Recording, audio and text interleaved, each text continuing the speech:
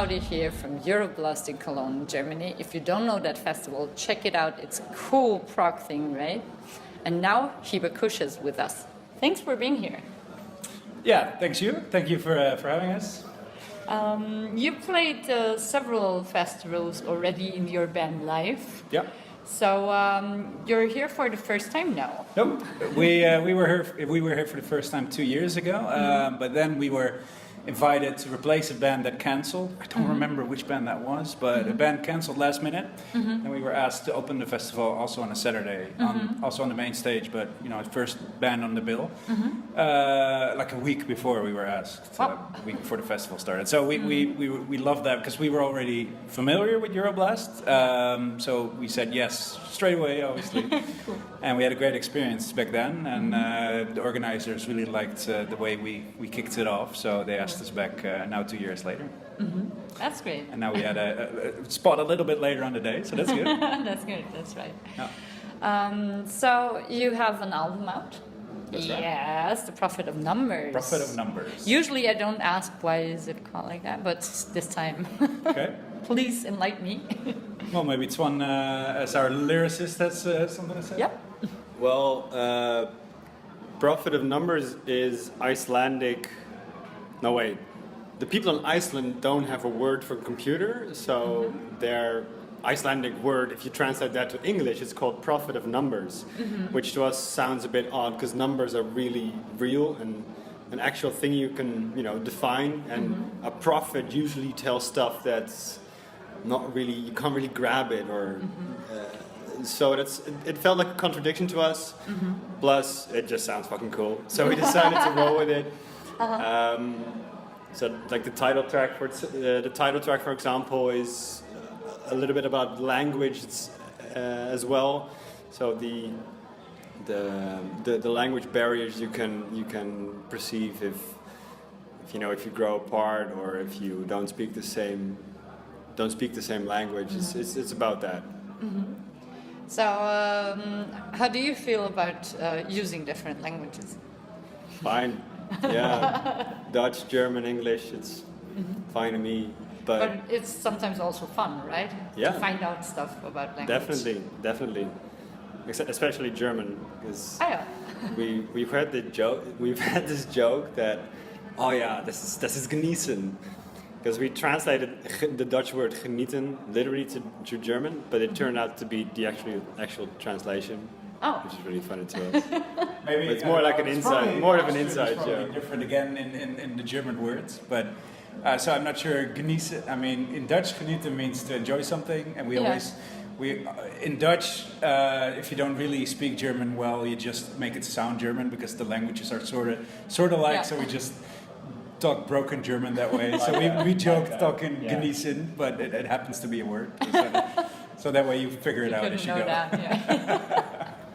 But that's great to have some fun on tour too, right? Yeah, of course, yeah. But I think this is a final note on the album. I think stuff about different languages and the way you communicate. We like writing songs about stuff that you have to think about on that level. I think a little bit. And our songwriter is Ruben, our guitar player, and usually picks in subjects that he thinks are interesting. And then if we all like it, then we find a way to write a song about that. So he read something about Prophet of Numbers, that's the way in Iceland they don't use long words, they don't call it a computer, so they just combine their own words. And we thought that was an interesting concept. So it turned out to be the proper title for the whole album, we thought. Something interesting. And so when it comes to songwriting, do you have your melodies ready and you see where it fits, or you get some guitar parts, or? As Short mentioned, Ruben writes all the instrumentals, so he writes a demo at home, so he writes drums, guitars, and bass. And finishes it, kind of. Not necessarily finished, but it's a whole song. He brings it to the rehearsal room. The guys rehearse that. I'll stay back for a bit. Okay. They figured out, change this, change that, add this, remove that, shape it a little. In the meanwhile, the song already has a theme, so in the meanwhile, I'll be writing lyrics around that theme. And then when the song is sort of finished, as in structure-wise, I'll apply my lyrics and vocals to that. Usually I have a general idea what kind of vocals I want on certain parts and which lyrics I want where, and I just fit it in like a puzzle. It grows naturally at some point, and then. Or you say, can you play that again, like for 4 bars, and then it's fits the lyrics? No, I record. 25. I just record their rehearsal, and then I go back home and just listen to it on repeat. And then I write all the stuff on at home, because writing lyrics in the rehearsal room, that's impossible. Yeah, thanks for saying that. Yeah. Never do that. Yeah. Well, you could Except for some words, but not us. No. Freestyle. freestyle. Yeah. Right. Do you sometimes start out with the melody and then add the words, or? Mostly I first have the words and then think of the melody. But every now and then there's a certain part where I just know on beforehand this is got to be the melody. This is the vocal I'm going to put there, and then I'll just find the words to do that. Yeah. And on sound, like, are you gear nerds, or do you say, well, we just use some kind of guitar and we're good? Well, they're pretty fucking nerds. I think specifically guitar players are always gear nerds. That's why I'm asking. I'm a bass player. I'm a little bit less of a gear nerd, Yeah. which is also stereotypically, I think. But I mean, we do all care about our sound, and we put a lot of time in figuring out how we want, how we get the best results, and how do we get what we hear in our heads to work out that way. I mean, the other guitar player, Jochem, likes building custom guitars or having them built. So he had Aristides, which is a Dutch from Haarlem as well, a Dutch guitar builder that's just really getting famous right now. Bands like Periphery, I think, and Animals as Leaders, using some of their biggest bands use some of their great guitars. But so Jochem had one build, and he was like, "Guys, look, I have an Aristides, and there's another one coming." So already had the second one on the way. So I guess we do love our gear.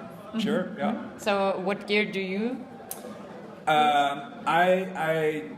This year I got a new bass. I'm playing an Ibanez SR 655, which is a pretty new 5-string bass guitar. By Ibanez. It's the first line of their Ibanez's that has Nordstrom pickups, which is a new type of pickup that they're using now.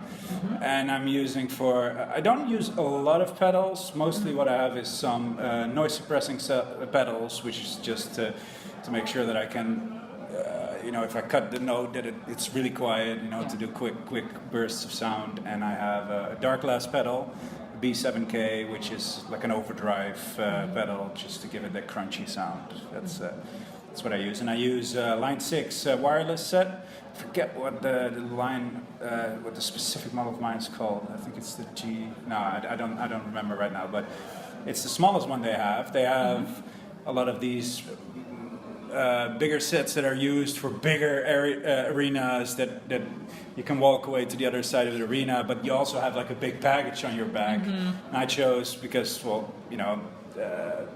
we like Euroblast, it's a pretty big stage, but it's not that big. I need it's such a big thing. So this one is just something that goes straight in the jag of the guitar, nothing on your back, and cool. you could still walk. I think it's like 25 meters each direction.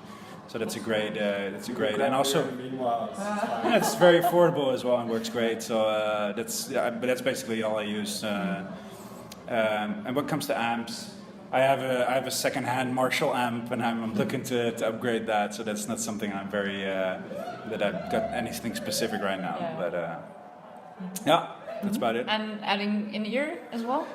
Not for me. For vocals, you use in-ears, and our drummer does as well. Our drummer has like a metronome to keep beat.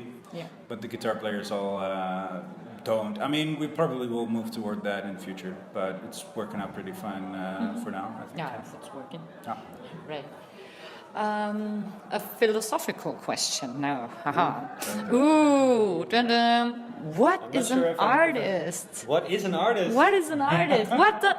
There's the pass saying, you can go backstage and it says artist on it, but then again, people say, no, I can't call myself an artist. It sounds posh, right? No, so it doesn't. what is it? What's an artist? I don't know. Someone has a dictionary. I think that an artist is someone who has an idea and puts that into a thing that you can either see, touch, smell, hear, whatever that may be. So, you know, in my opinion, someone designing a car could be an artist. It's a bad thing. There's just too many cars that it's not that special anymore. But as long as it's an idea that's different from something that's already existing, it's a new idea, it's either fresh, and it, you know, it's something people can enjoy. No, the enjoyment part. I think the enjoyment part is important. It's important. Yeah, it's all subjective too. I mean, some people can love cars, and for me, it's like meh. But I think an artist creates art, and people always want to debate about what art is, but you can't debate. That's the whole point. I mean, if someone expresses themselves in a certain way and they make something everything can I'm be not sure art. who it was, but someone once shat in a can, like a tin can. He shat in it and he put it into a museum. Yeah. Ta-da! Art. Ta-da. But the art part about that was, I think, I'm not sure if that was the one, but there was also this guy who put a urinal in a museum. Oh, yeah. And then people were like, what the fuck? It's a urinal in a museum? I want to see this. And that's the art. He tricked people into actually going to the museum to see the urinal. It's just a urinal, but people went to see it. And that's the art, that he tricked people, thousands of people into seeing this urinal. So art can be anything, really. It's, yeah, we could talk about this for hours, I think. I agree. Yeah? Yeah. Okay, me too. Good. Yeah. Thanks for the interview. You're welcome. Thank you. Thank you. Watch out for the shows to come on your website, right? Yep, we have a bunch of shows that we're working on right now. A lot of stuff that isn't announced yet, but it will be very soon. So take a look at Hibakusha.nl or Hibakusha Band on Facebook and YouTube, and you'll find out everything there is to know. Yes. Do it. Go there now. Bye bye.